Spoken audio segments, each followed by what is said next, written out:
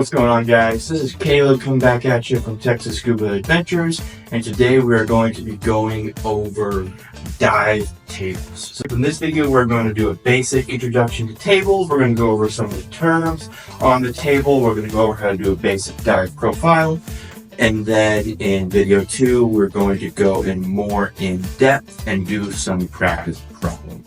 But for today, just a basic overview of tables. We're going to start actually by not talking about tables, but talking about nitrogen. Right? So what we're actually tracking whenever we use this table is not dive times, depths, etc. What we're actually tracking is the number or the amount of nitrogen that is in our system. So I want us to remember a couple things about nitrogen as we're going through this. The first is that nitrogen increases as depth increases, nitrogen increases as dive time increases, and nitrogen decreases as your SIT or your surface interval time increases. And to put the nitrogen absorption in our tissues into a usable figure, we use what are called our pressure groups. So that's going to be the A, B, C, D, etc. that you see here and here. We're going to get into that a little bit later, but whenever you see a pressure group, think of a pressure group as an amount of nitrogen that is absorbed. Terms written up here that I'm going to go over real fast. So you hear me say SIT. SIT is a surface interval time. That's just the amount of time that you're sitting on the surface in between dives. RIT stands for residual nitrogen time. NDL stands for no decompression limit. Your no decompression limit is the amount of time that you can spend at any given depth with the known amount of nitrogen that is in your tissues. ADT stands for actual dive time. That is going to represent the actual amount of time that you spend at depth compared to your TNT, which is going to be your total nitrogen time. Those are both two very important terms that we're going to use later whenever we calculate our RAT. MDT is going to be your max dive time. Your MDT is going to be interchangeable in many cases with your NDL or your no decompression limit. They essentially mean the same thing. And then AMDT is going to be your adjusted maximum dive time. So that's the basics of nitrogen, and that's a refresher on some of the terms that I will be using throughout this video. The next thing that I wanted to go over is going to be the 3 tables that actually work together to create the dive table.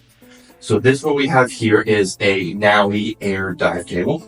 And like I said, it is composed of 3 tables. The first one, you're going to have your depth here. So we have both meters and feet. For this video, I will be using feet. And then we have times here in minutes. Using the arrows going across and going down, we are able to use table 1 to find a pressure group. So that's what table 1 does. We have a depth and a time. It leads us to a pressure group. Table number 2 is going to take that pressure group, and again, remember that a pressure group is a representation of nitrogen absorption into your tissues. We're going to use that pressure group combined with a surface interval to find a new pressure group. This goes back to this right here, where nitrogen absorption will decrease as your surface interval time increases. So that's what table 2 shows us. And we start with I amount of nitrogen to our tissues, and then we sit at the surface for a given length of time. We end up with a lower pressure group, i.e. lower nitrogen absorption to our tissue. Table number 3 is where people tend to get the most confused by, but I'm going to break it down for you guys. What table number 3 does is it allows us to convert a pressure group into a length of time that we can actually use to do calculations into finding our next dives. AMDT, adjusted maximum dive time, and our NDLs. So now I'm going to do a practice problem, a couple practice problems here that I have written out. And I would encourage you to get a piece of paper and to follow along with me. So the first thing that I did here is I drew what I call a dive profile. So the way that this dive profile works, this one has 3 dives. Each of the down boxes is a dive. Anything on a horizontal line represents time, and anything on a vertical line represents depth.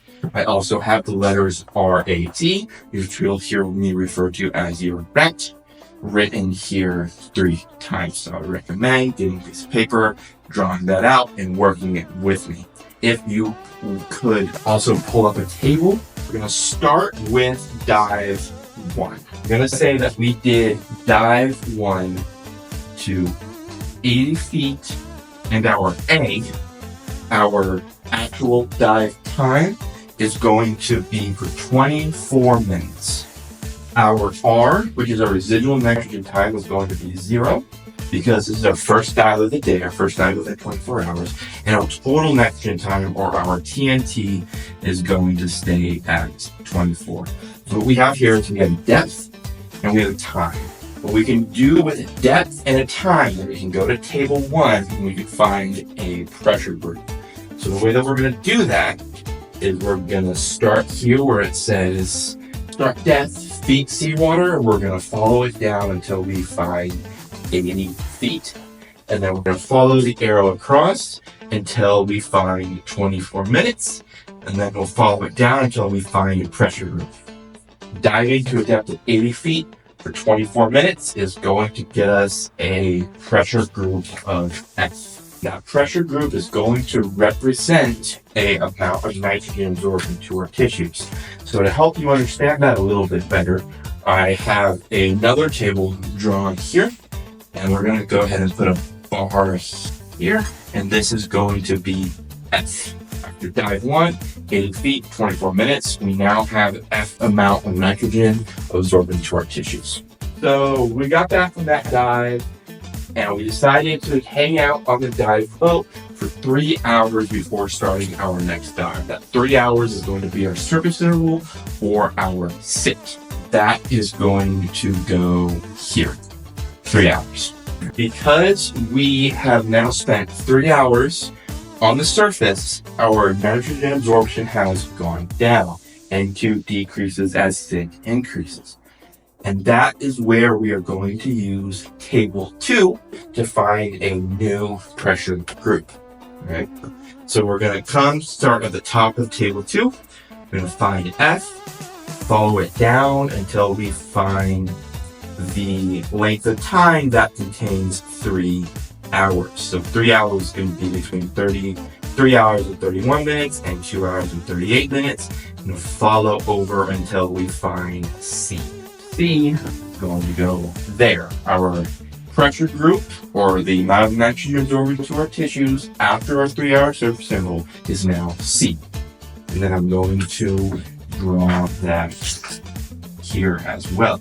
So now let's say we want to do another dive. Let's say we decide to go shallower this time, because in good dive planning, your deepest dive is always first. This time we are going to go to 60 feet, and we're going to be there planning for a time of 25 minutes. That's going to go to our A, our actual dive time, because that's how long we actually plan to be down there. Whenever we dove our first dive, we put 0 into our R, or our residual nitrogen time, because that was the first dive that we had done within 24 hours.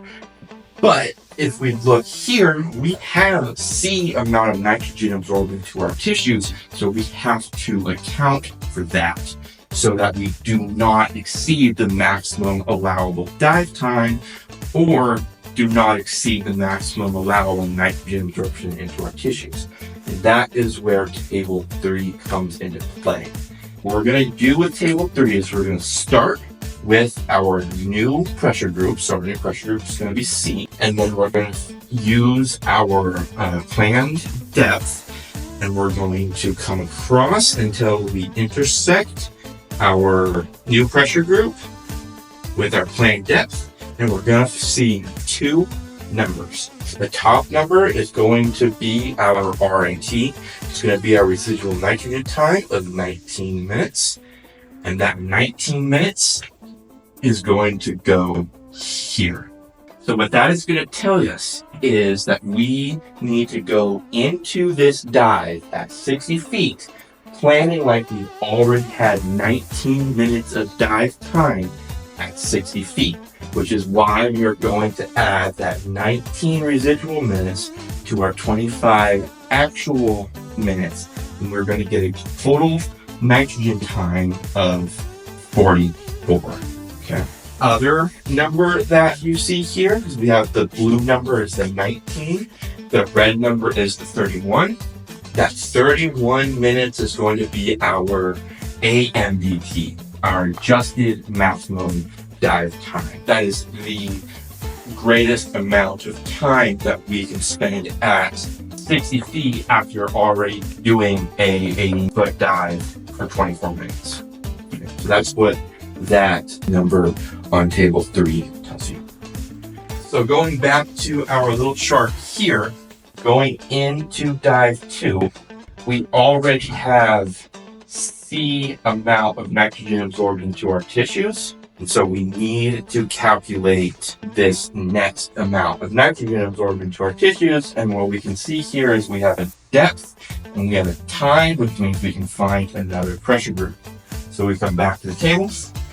We come down to 60 feet. We come across until we find 44 minutes. But what we're going to see is that 44 is actually on this table. Anytime in diving, we're going to round conservatively. In this case, that means we're going to round up to 45. Even if we are 1 minute over, we're always going to round up. Planning this dive to 60 feet to 45 minutes. And again, even though we're not actually diving for 45 minutes, we have to account for those 19 minutes in our tissues. We see that our new pressure group is going to be H. H is going to go there.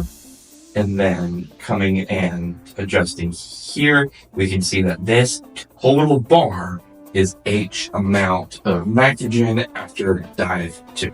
That is how the table works, and you can continue it out. I'm going to do one more dive added on to this profile we already completed. I'm going to do it a little bit faster just so you can get a feel for how it works in time.